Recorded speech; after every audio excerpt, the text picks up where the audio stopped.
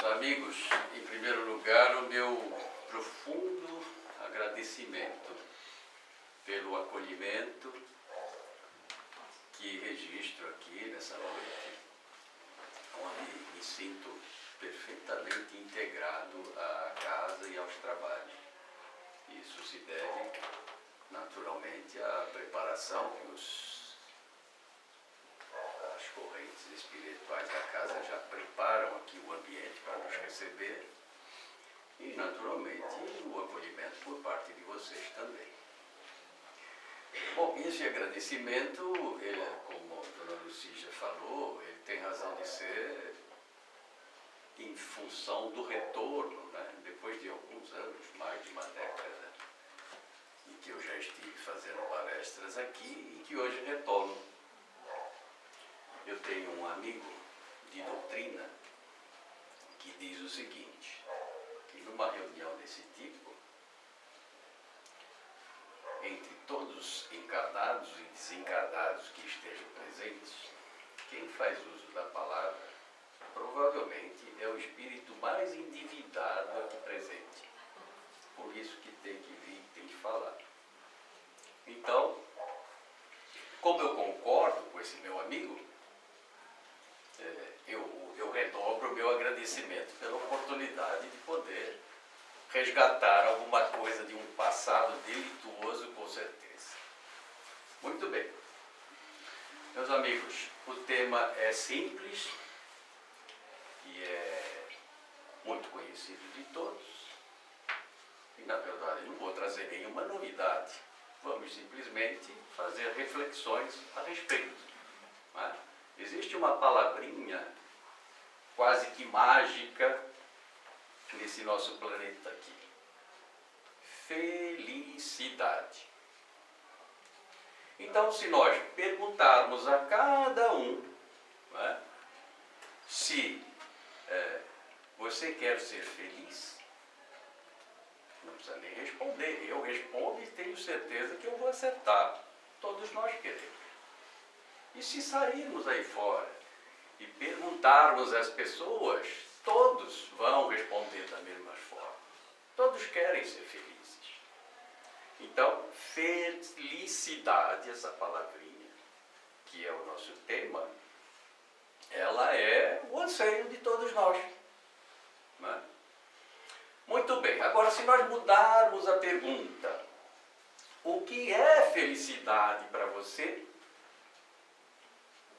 É muito provável que tenhamos uma série, uma gama enorme, né, de respostas diferentes. Cada um vai se expressar, vai registrar aquilo que considera necessário para sentir-se feliz. O que nós observamos? Como eu disse, eu não trago nenhuma novidade, são observações e reflexões a respeito. O que nós observamos no comportamento do homem comum? Que, se nós ouvíssemos todos eles, é muito provável que o ser feliz ou alcançar a felicidade poderia estar atrelada às conquistas de ordem material, ao cargo, à conta poupuda, o sucesso, a projeção. É assim que muitos veem o alcance da felicidade. Muito bem. Nos parece, né, também na observação, que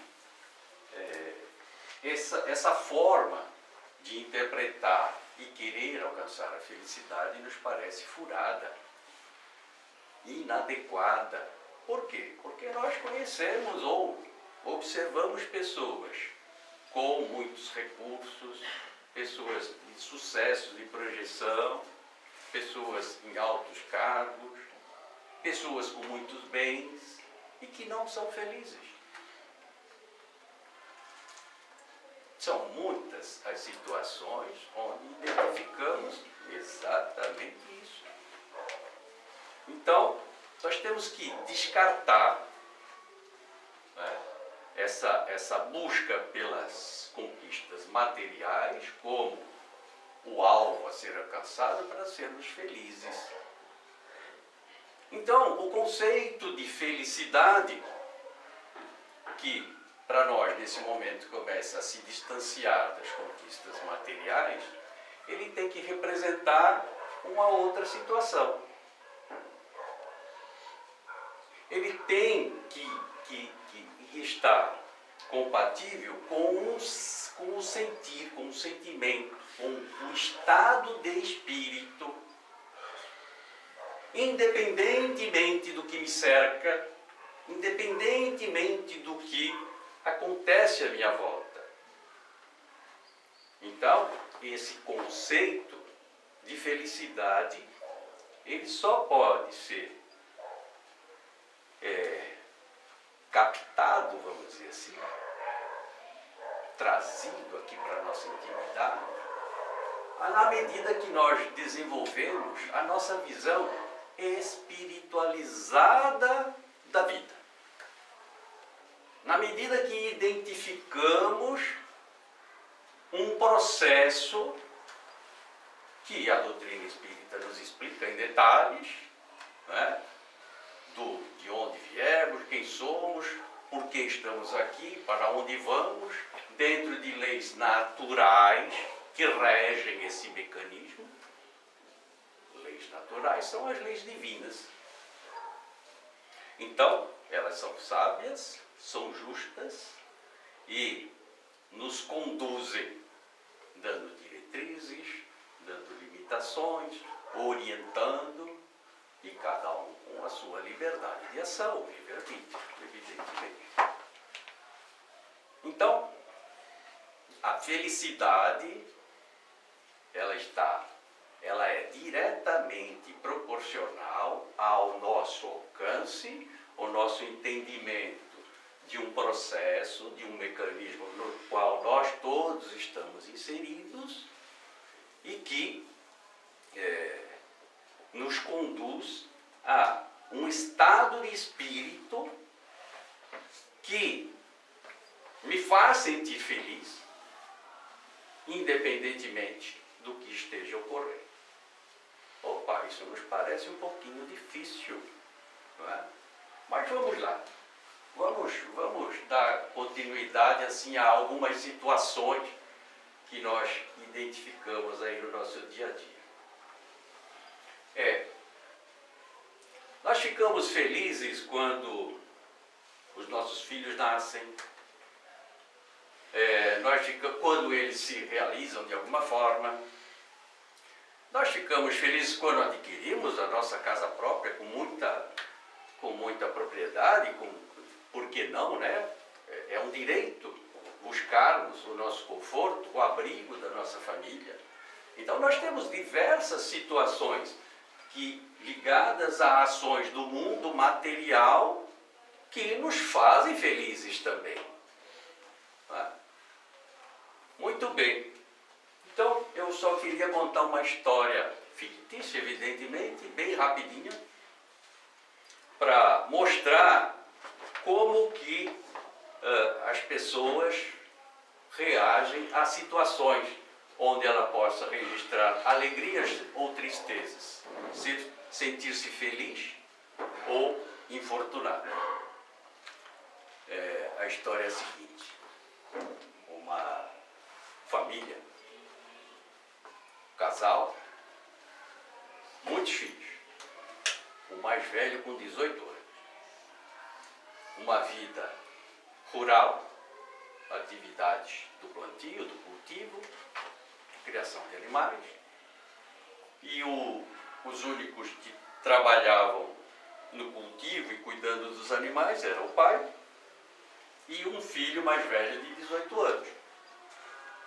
O restante era aquela escadinha, né? 8, 9, 10 filhos mais, todos pequenininhos. Muito bem. Um dia, o pai levanta cedo e antes mesmo que o café da manhã seja servido, ele faz uma inspeção em volta da propriedade e identifica que o cavalo que ele tinha, o que ele eles tinham, e que era a força animal necessária para o desenvolvimento das tarefas pesadas, o transporte, a movimentação, o transporte das coisas, o cavalo sumiu. Desapareceram. Então, ele entra para dentro de casa, reúne lá o pessoal que já está tomando café da manhã e fala: gente, o cavalo sumiu. E na mesma hora, aquilo encheu de tristeza todos os que estavam ali, porque já anteviam o quê? A enorme dificuldade que seria agora trabalhar sem aquela força animal. E se juntaram o quê? Os vizinhos, os parentes, e a lamentação foi geral. Que tristeza, que infelicidade. Então a vida ficou difícil realmente para eles. Passaram-se alguns dias e naquela inspeção matinal do pai, do chefe da família, ele observa uma situação totalmente diferente. Aquele cavalo que ele tinha, um fujão, voltou. E junto com ele vieram mais 4 cavalos selvagens.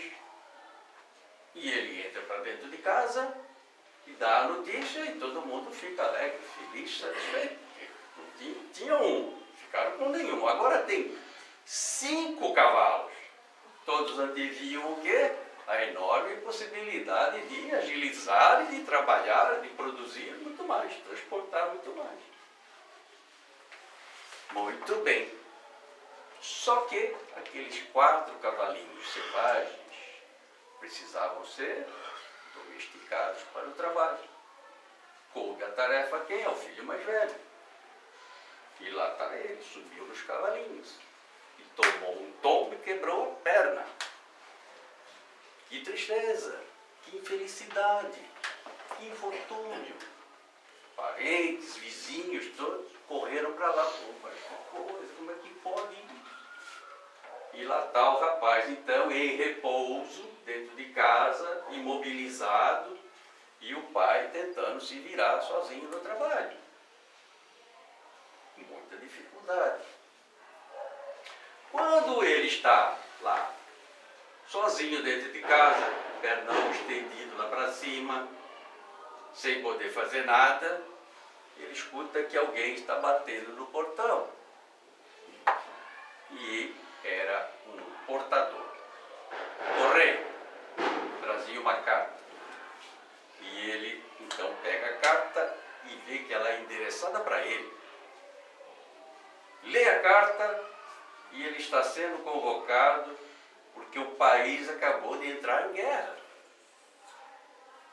E o mesmo portador que entregou a carta já sai com a notícia ou com o formulário preenchido de que ele não poderia ir, dadas as condições do acidentado que ele era.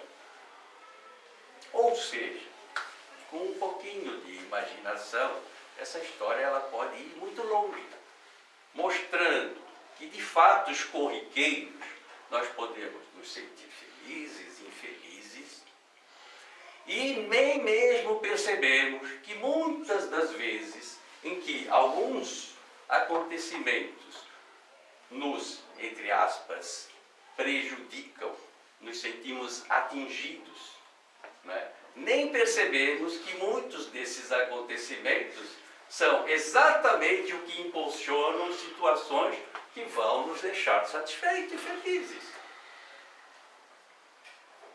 Então, a vida de lamentação, simplesmente, a vida de reclamação, simplesmente, sem observar as coisas corriqueiras que se alternam e não enxergar que em determinados instantes, momentos e situações, aquilo é para o nosso bem, é muito comum também. Bom, esta historinha, ela caracteriza bem o comportamento de muitas pessoas com relação às questões mais corriqueiras da vida. Uma outra observação que eu anotei um outro dia sobre a felicidade também ainda não entrei na doutrina espírita, né? Estamos falando só de reflexões sobre situações gerais. Aqui, nós temos aqui na Avenida da Praia, tem um trecho dela que se chama Vicente de Carvalho. Vicente de Carvalho foi um poeta santista, né? E que muito reconhecido, né? Autor de muitas poesias. E ele, numa determinada poesia, que ele deu o título de Velho Tema, ele fala sobre felicidade. Por que estamos usando o artista? Pela sua sensibilidade, provavelmente inspirada, mas nesse soneto Velho Tema, na última estrofe desse soneto, ele diz assim, falando sobre a felicidade: ela existe, mas nós não a alcançamos. Por quê? Ela está apenas onde a pomos. E nunca a pomos onde nós estamos. Eu achei assim, de muita intensidade e profundidade, essa última estrofe. Porque no fundo ele está falando o seguinte: nós costumamos colocar alvos que nos tornarão felizes, que são inalcançáveis, que são sonhos, que são possibilidades remotas. E esquecemos de dar importância àquilo que nos cerca e que está tão próximo. Ignoramos motivos e mais motivos, situações e situações que nos cercam e que representam, na verdade, dentro da sua simplicidade, o motivo maior de nos tornarmos, de nos deixar felizes. Então, essa observação também nós identificamos muito no comportamento humano, né? Desvalorizar aquilo que lhe é próximo e colocar alvos que sequer têm a possibilidade de chegar perto. Muito bem, eu acho que agora, como estamos numa casa espírita, vamos falar um pouquinho da doutrina espírita, né? Quando nós buscamos o Livro dos Espíritos, não preciso falar que é uma obra maravilhosa, né? Terceira revelação, fonte de ensinamentos, fonte de diretrizes, de explicações, de argumentações, que é esse o grande papel da doutrina espírita, né?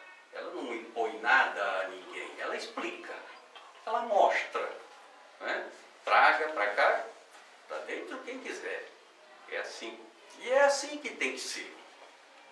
Nenhum de vocês vai ver em nenhum momento: precisamos fazer uma campanha para aumentar o número de espíritas. Não, isso não existe. Não existe. Não existe. A pessoa entra em contato, lê, ouve, participa do curso de uma casa, e aquilo serve ou não, ela traz ou não, aquilo tem peso e significado ou não. É assim, tem que ser assim. Né? Por quê? Porque a opção é com liberdade que nós nos tornamos espíritas. Ninguém pode ser obrigado a nada. E ninguém recebe cartilha, né? Espírita, e tem um, faz isso, e tem dois, faz... Não. Tem diretrizes. A doutrina explica o que é o melhor. Mas, daí a trazer como responsabilidade a seguir, cabe a cada um de nós. Senão não teria sentido a cada um segundo as suas obras do Evangelho. Muito bem. Então, tem uma questão a 920 do Livro dos Espíritos, de Kardec, com a sua pedagogia, né? Kardec era pedagogo. Então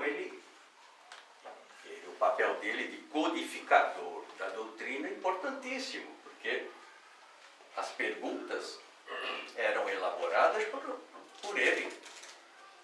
Os espíritos respondiam. Mas Kardec, um papel importantíssimo na medida em que ele é que estabelecia uma sequência lógica, encadeava os raciocínios, as questões. Então, na questão 920, ele faz a seguinte pergunta aos espíritos: pode o homem gozar de completa felicidade na Terra?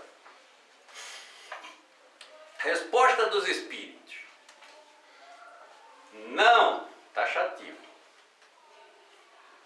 Por isso que a vida lhe foi dada como prova ou expiação.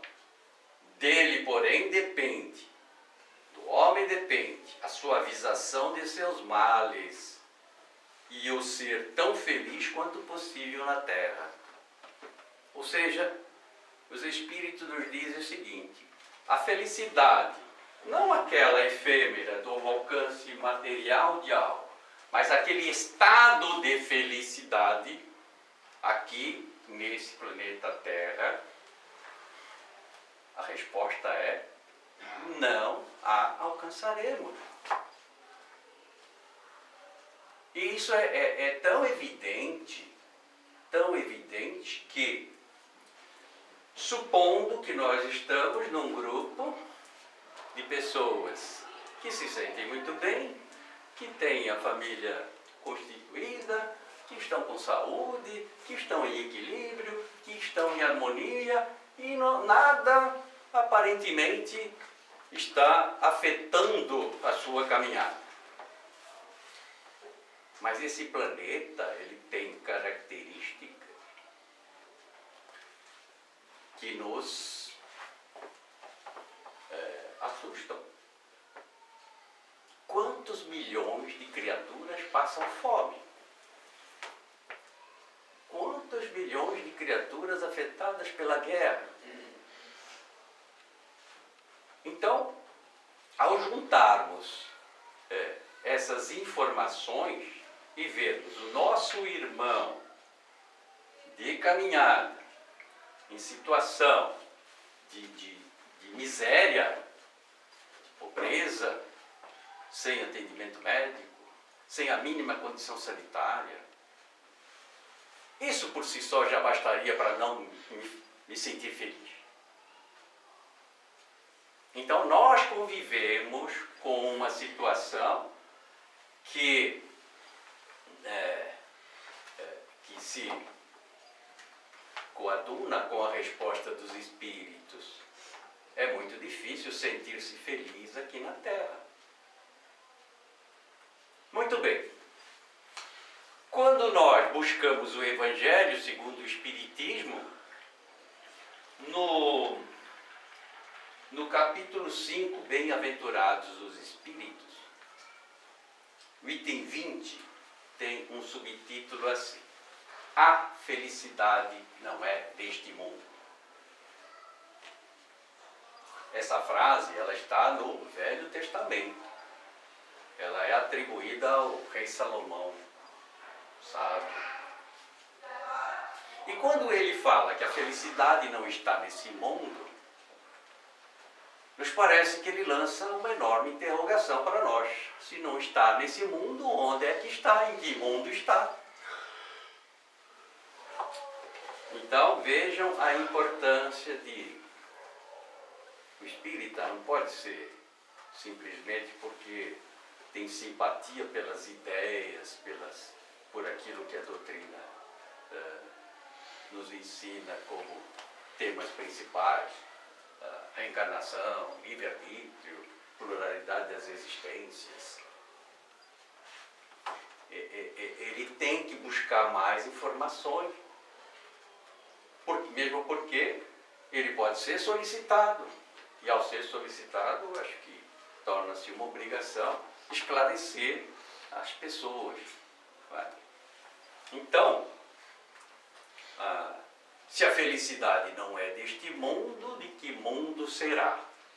E a resposta está na própria obra da codificação, quando buscamos aqui, no capítulo 3 do Evangelho segundo o Espiritismo. O título desse capítulo é Há muitas moradas na casa do meu Pai. Então, um fala que a felicidade não é deste mundo. Jesus vem e fala que há muitas moradas na casa de meu Pai. E a doutrina espírita vem detalhar, vem esmiuçar e fazer o nosso contribuir para o entendimento de todos nós. Então, ao lermos o Evangelho segundo o Espiritismo, os Espíritos nos dizem que assim como nós, como indivíduos, estamos sujeitos à lei do progresso, querendo ou não querendo, nós já fomos muito piores do que somos hoje. E vamos nos tornar criaturas perfeitas. Se vai demorar mais ou menos, é um problema de cada um. Mas que nós somos criados simples e ignorantes, mas perfectíveis. Ou seja, o nosso futuro é o de alcançarmos uma situação, um grau evolutivo muito acima do que temos hoje. Como? Pelo nosso empenho, pelo nosso esforço, pela nossa busca, a cada um segundo as suas obras. Então, evoluir, esta sim é uma afirmação da doutrina espírita. Buscar essa evolução é característica do espírita. Kardec nos diz, o espírita não vai ser conhecido por ser um homem perfeito, mas por aquele que se esforça no sentido de aprimorar-se, melhorar-se.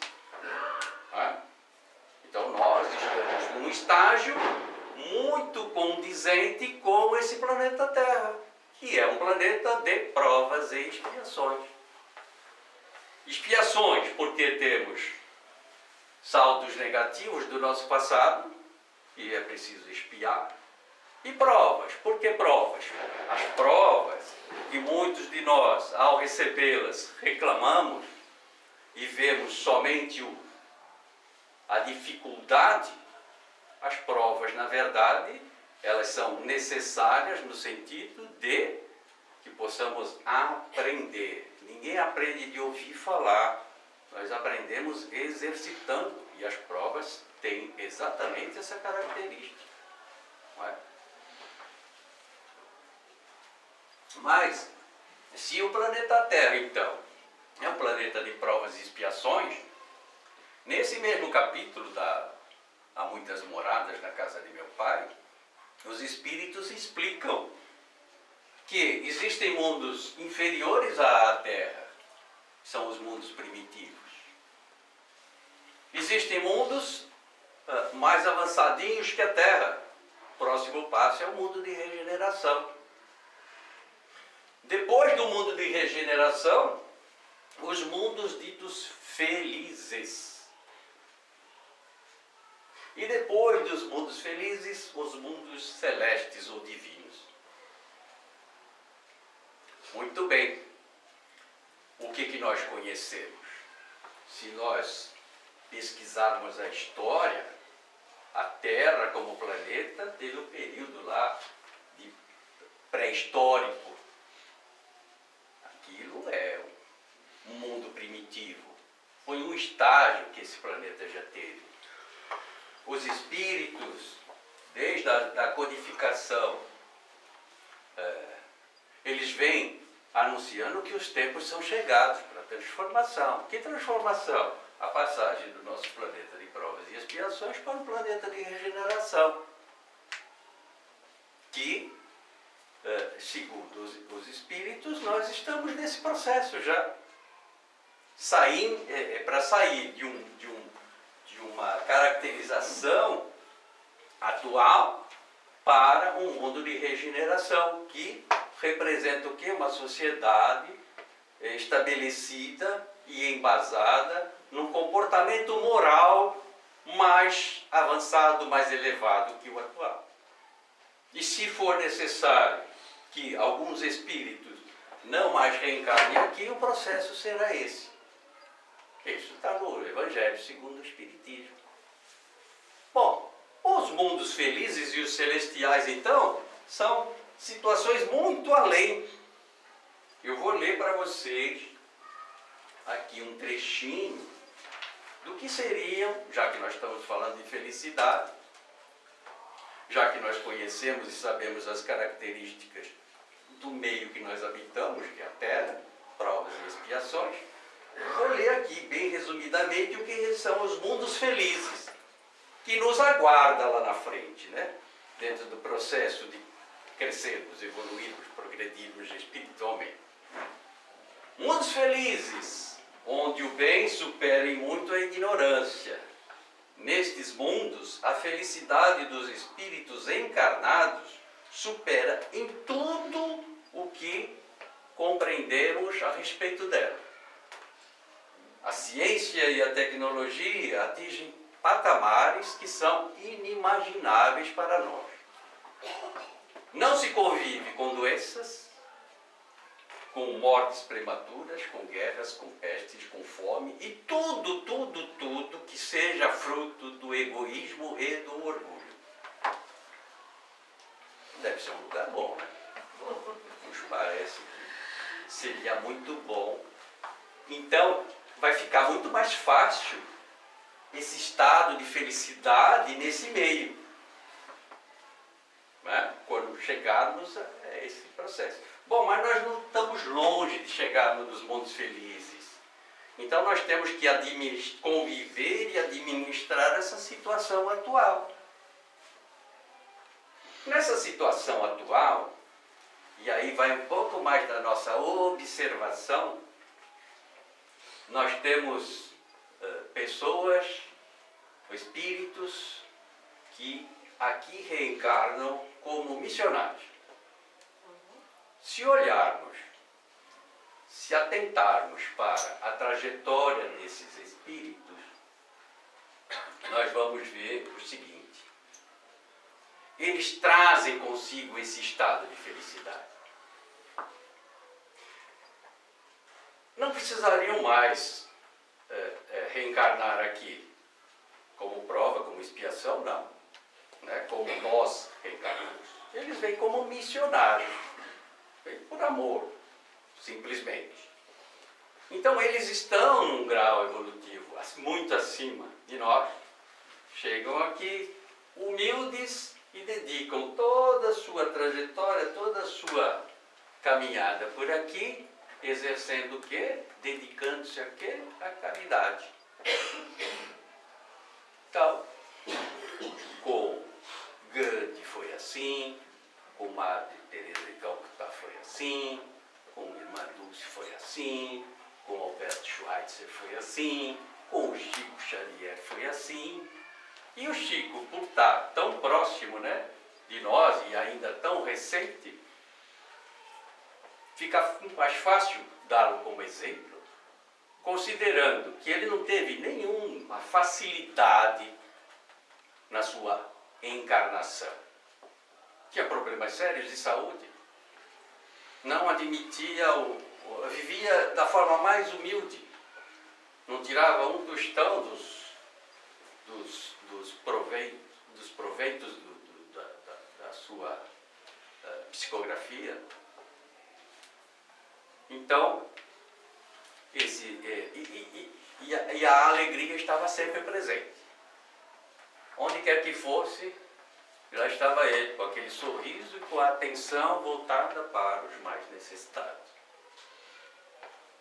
Então, nos parece que a felicidade, apesar de estar de depender de um avanço da nossa parte dentro desse mecanismo, dentro desse processo, que um dia nos encontraremos todos nós nos mundos felizes. Mas aqui na Terra, o que mais pode nos ajudar, nos auxiliar a sentir, a registrar um pouquinho, né, do que representa esse estado de espírito é exatamente quando nós exercitamos a caridade. Mestre, qual o maior dos mandamentos? Amar a Deus sobre todas as coisas e ao próximo como a si mesmo. Certo. Regra áurea, como o maior dos mandamentos. Kardec vem e cunha uma frase lapidar. Essa é de Kardec. Fora da caridade não há salvação. Ele não fala fora do espiritismo não há salvação. Não adianta falar que é espírita, não. É fora da caridade. Ou seja, essa frase é tão significativa porque ela tem um caráter universal. Né? Onde quer que esteja, com o segmento religioso que quiser, praticando, exercitando a caridade, você estará compatível com ela. E é assim que nós poderemos ter esse lampejo, vamos dizer assim, do que realmente representa a tal felicidade. Nos afastando totalmente daquelas respostas iniciais que podem, eu serei feliz quando eu puder viajar, quando eu tiver dinheiro, quando eu tiver posses, quando eu tiver o melhor dos empregos. Não era nada daquilo. Felicidade é outra coisa, muito além. Né? E o convite para todos nós na medida que nós queremos nos sentir em equilíbrio e em harmonia, é o exercício da caridade. Esse é o convite, esse é o apelo, essa é a instrução. As casas espíritas normalmente representam um núcleo onde nos recebe, mas se constitui em oportunidades de trabalho exatamente nesse sentido. Isso é o que a casa espírita nunca poderá perder. Casa espírita, todas as casas espíritas estão sempre muito sujeitas a influências, a opiniões, isso aqui. O que nós nunca devemos perder de vista é a codificação, é Jesus, é a codificação, Kardec, e Jesus nos falando que o maior dos mandamentos é amar a Deus sobre todas as coisas e ao próximo como a si mesmo, e Kardec nos dizendo que fora da caridade não há salvação. Se nós tivermos isso como pauta, como meta, com certeza nós estaremos com uma diretriz muito segura. Não para nos sentirmos lá nos mundos felizes, mas nos sentirmos harmonizados, em equilíbrio e em condição de administrar todas essas situações que hoje fazem parte do nosso padrão, do nosso grau evolutivo, do grau evolutivo da Terra. Ninguém reencarnou aqui por engano. Nós só estamos encarnados aqui porque estamos exatamente compatíveis com o grau de adiantamento desse planeta. E só alçaremos esse voo o dia que tivermos valores e aquisições tais que nos permitam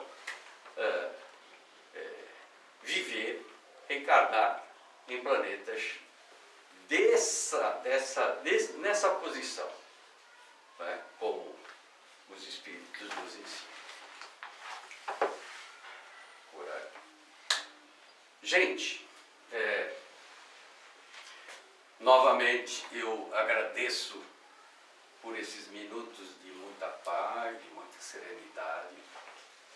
Espero de fundo do meu coração que o que falamos aqui possa chegar com muito carinho em todos os corações também, né? E ficarei aí aguardando uma próxima oportunidade de voltar e conversar mais um pouquinho com vocês.